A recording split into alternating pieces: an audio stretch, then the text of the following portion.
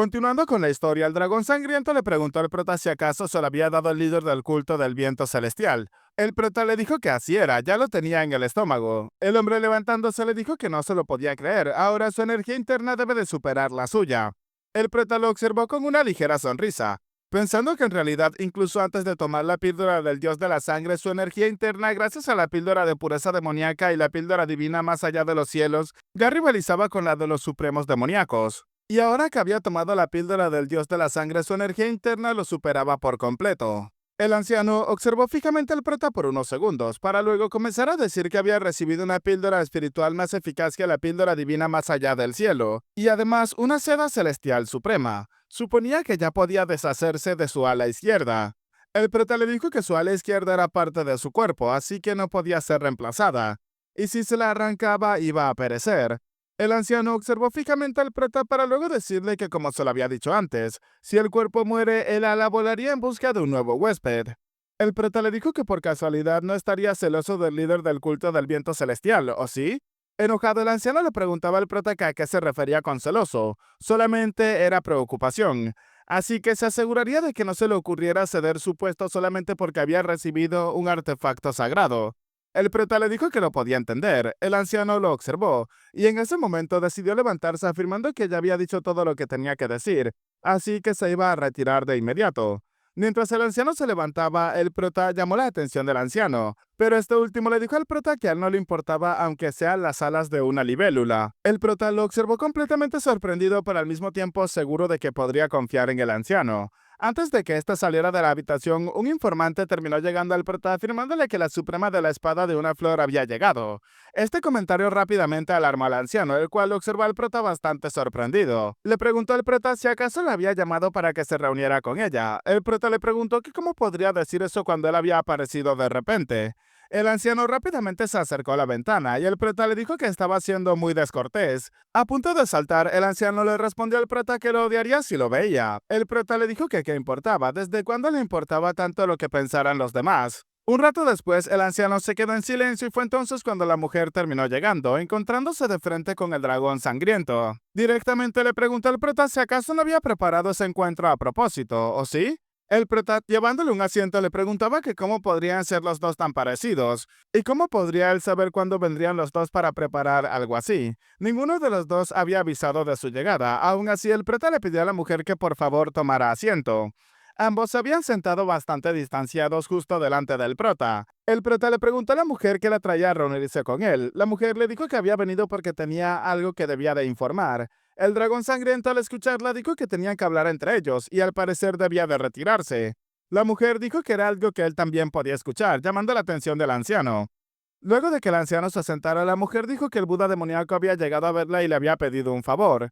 El prota le preguntó a qué se refería. La mujer le explicó al prota que le había pedido que apoyara al primer discípulo, Lian Dao, entre los dos discípulos del supremo demoníaco roba almas. El prota al escucharlo se quedó en silencio comenzando a pensar en esa situación. La selección de un nuevo supremo demoníaco es responsabilidad exclusivamente de los 8 supremos demoníacos, y si un supremo demoníaco llegase a perecer sin nombrar a un sucesor, los supremos demoníacos restantes propondrían candidatos y elegirían entre ellos. En otras palabras, solamente quienes obtenían el apoyo de más de la mitad de los supremos demoníacos podían ocupar el puesto. La mujer le recordó al prota las palabras que había dicho antes. Como compañeros de sparring preferiría que apoyara a alguien que estuviese en su bando. El prota le dijo a la mujer que lo podía recordar. Fue entonces cuando el dragón sangriento le preguntó al prota que a qué se refería con eso, compañeros de sparring, de qué estaban hablando. El prota le dijo que simplemente había sucedido. Aún así, observando a la mujer de reojo, el hombre le preguntaba al prota si entonces estaba planeando cosas con todos menos con él. El prota le preguntó que cómo sería eso posible, ya que era su primera ala. La mujer al escuchar esto preguntó que a qué se refería. El prota le dijo que así es, él era su ala izquierda, y ahora estaba buscando con desesperación su ala derecha. La mujer y el prota se observaron fijamente por unos segundos, pero desviando la mirada la mujer dijo que entonces a quién decidiría apoyar. El prota le dijo a la mujer que era Cheonseong. La mujer le dijo al prota que se lo imaginaba, ya que pensaba que tendría opiniones distintas a las del Buda demoníaco. Así que estaba bien, ella apoyaría a Cheonseong, cosa que dejó tanto al prota como al anciano sorprendidos. El prota pensaba que la Suprema de la Espada le estaba mostrando consideración en ese momento, incluso frente al señor demoníaco dragón sangriento. Ni siquiera había preguntado por qué había escogido a Cheon Seong. Eso mostraba cuánta confianza tenía en él. El prota terminó agradeciéndole a la mujer, pero entonces el anciano dijo que aún así no son solamente 2 votos para ellos, había que conseguir los votos de los demás señores supremos demoníacos. El prota pensaba que para que Cheon Seong ocupara el puesto de supremo demoníaco necesitaban 4 de los 7 votos de los supremos demoníacos. El prota dijo que todavía no, a lo que el anciano le preguntó qué era lo que iba a hacer. El prota les dijo que le iba a pedir a ambos que convencieran al menos a una persona cada uno, y eso era lo que les iba a pedir. El anciano le preguntó al prota que qué ganarían si Cheon Seong se convertía en el supremo demoníaco. El prota dijo que él ganaría más que todos ellos. Enojado, el anciano le gritaba al prota que el que debería de ganar debe de ser él. El prota dijo que si él ganaba, entonces el anciano también ganaría. Esto hizo que el anciano se calmara de inmediato. El prota se dio cuenta en ese momento que solamente estaba fingiendo a propósito, pero en realidad ya había decidido apoyarlo. La mujer le dijo al prota que intentaría persuadir a los demás supremos demoníacos por el prota, y si todo salía bien al menos una persona votaría por Cheon Seong. El anciano luego le preguntó a la mujer si acaso estaba insinuando que él no podría hacer nada.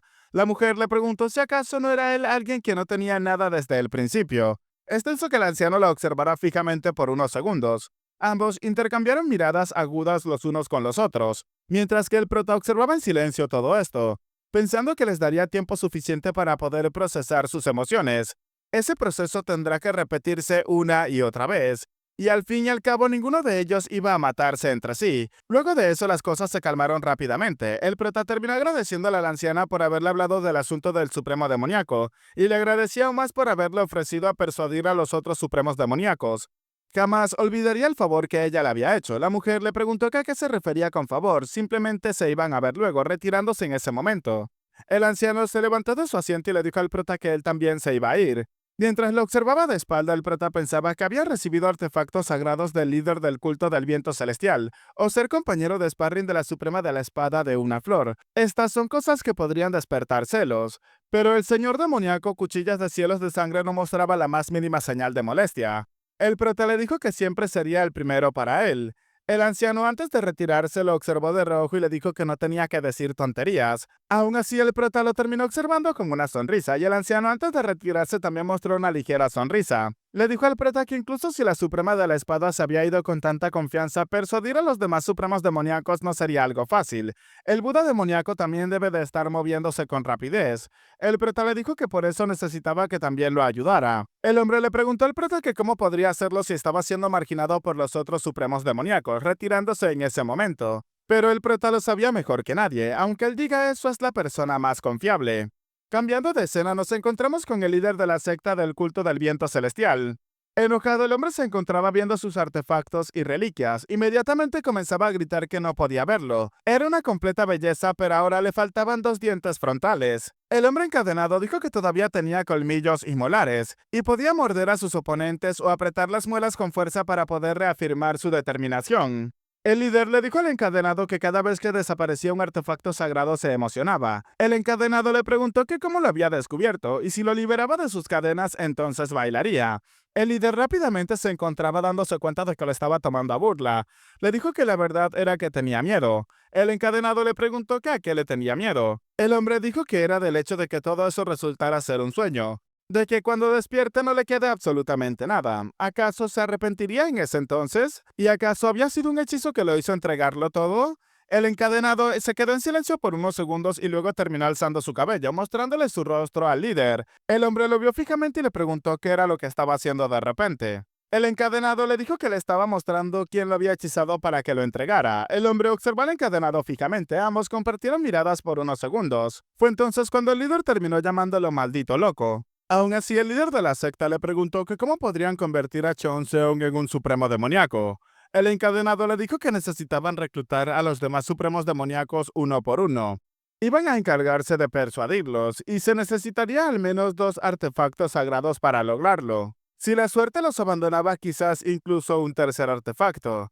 El líder le dijo que, en otras palabras, le estaba diciendo indirectamente que invirtiera en el segundo joven maestro, ¿no? El encadenado le dijo que cuánto tiempo iba a depender de él. Tenía que ser un hombre y resolver las cosas por sí mismo. Le diría cómo era más ventajoso tratar con los supremos demoníacos. El hombre le dijo que no tenía que provocarlo de esa forma. El encadenado le dijo que sí, lo mejor es no hacer nada, simplemente mantenerse al margen. El hombre le preguntaba si acaso es algo que debería de decir un estratega. El encadenado confundido le preguntó que qué estratega en ese mundo andaba por allí con cadenas en el cuello. Fue entonces que el hombre se dio cuenta de su error. El encadenado le dijo que precisamente porque se consideraba su estratega le decía eso.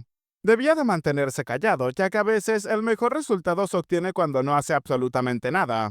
El líder le preguntaba si de verdad estaba bien hacer algo como eso.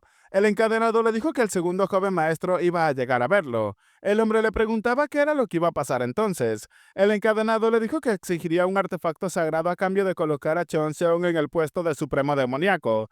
El líder le dijo que estaba bien, pero ¿acaso sería capaz de hacerlo? El encadenado le dijo que debían de creerle, ya que habían cruzado el puente y no había vuelta atrás. El líder lo observó en silencio por unos segundos, y en ese momento anunciaron que el segundo joven maestro se encontraba presente. Fue entonces que el hombre quedó bastante alarmado. Las predicciones del encadenado se estaban haciendo realidad.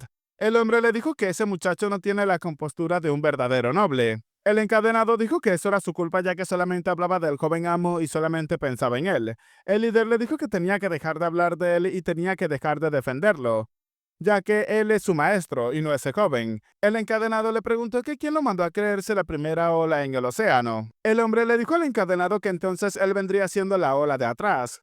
Un rato después, el prota afirmaba que había escuchado que la señorita Cheonseong se había convertido en la discípula del líder del viento celestial, felicitándola en ese momento. La chica terminó agradeciéndole al prota y afirmándole que su maestro se encontraba en el interior del edificio. El prota le dijo que había llegado para traerle noticias al líder del culto, y como la señorita ya se encontraba en ese sitio, entonces estaba bien que ella también escuchara.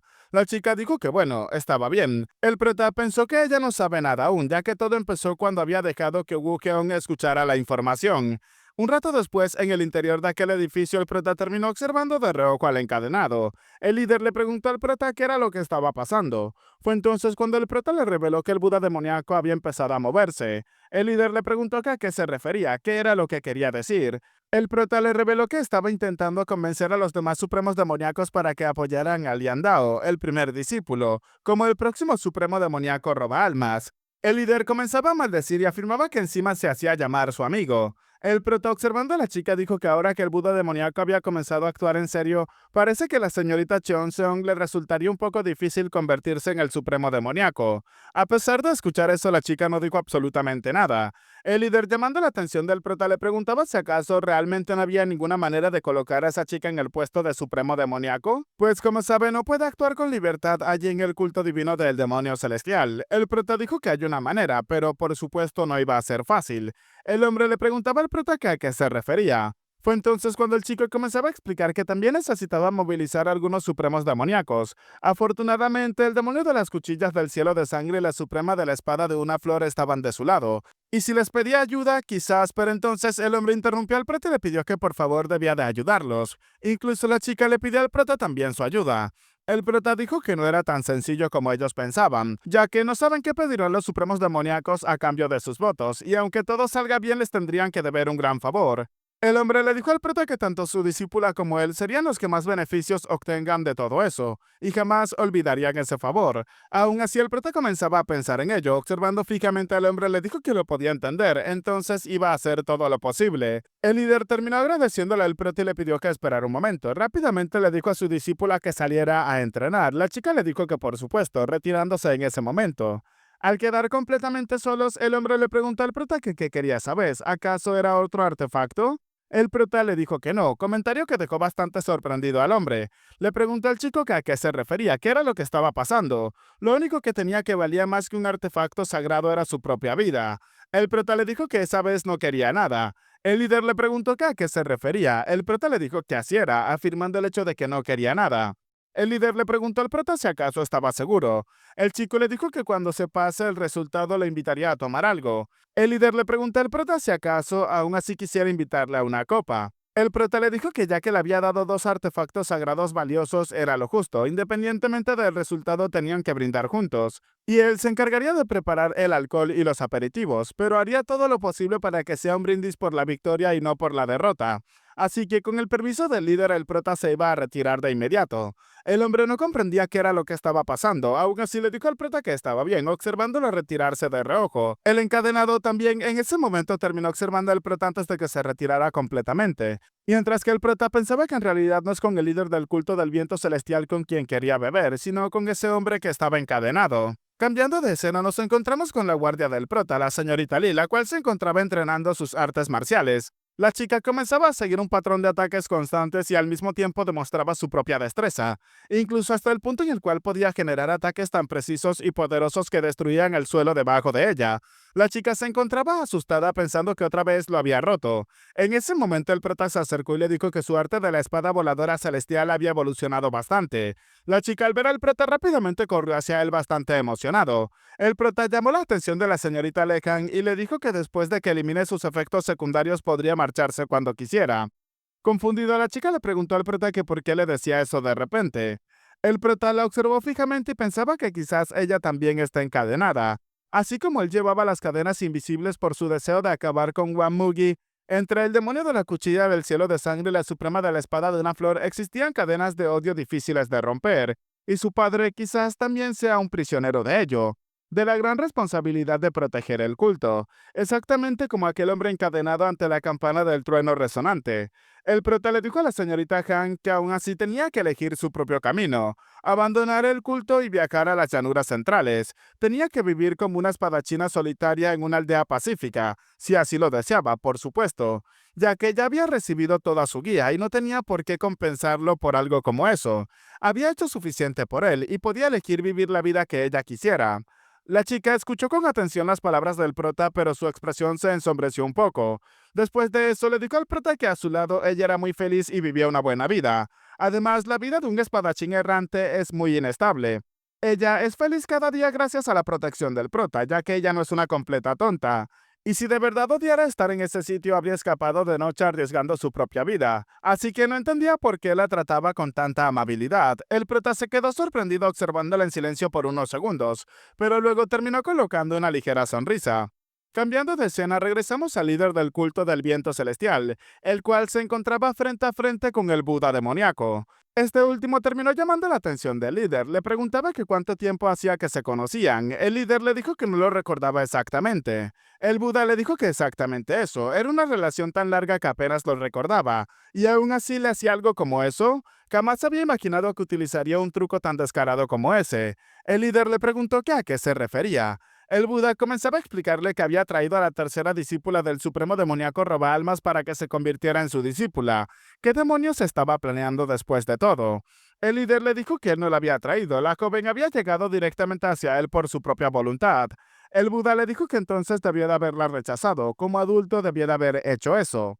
El líder le preguntó que qué era lo que quería que hiciera. El Buda le preguntaba que por qué se había convertido en el maestro de una discípula de su culto. El líder dijo que las técnicas que aprendió se basaban en las artes del culto de sangre. El Buda preguntaba si acaso era miembro del culto de la sangre, desde cuándo había ocurrido eso.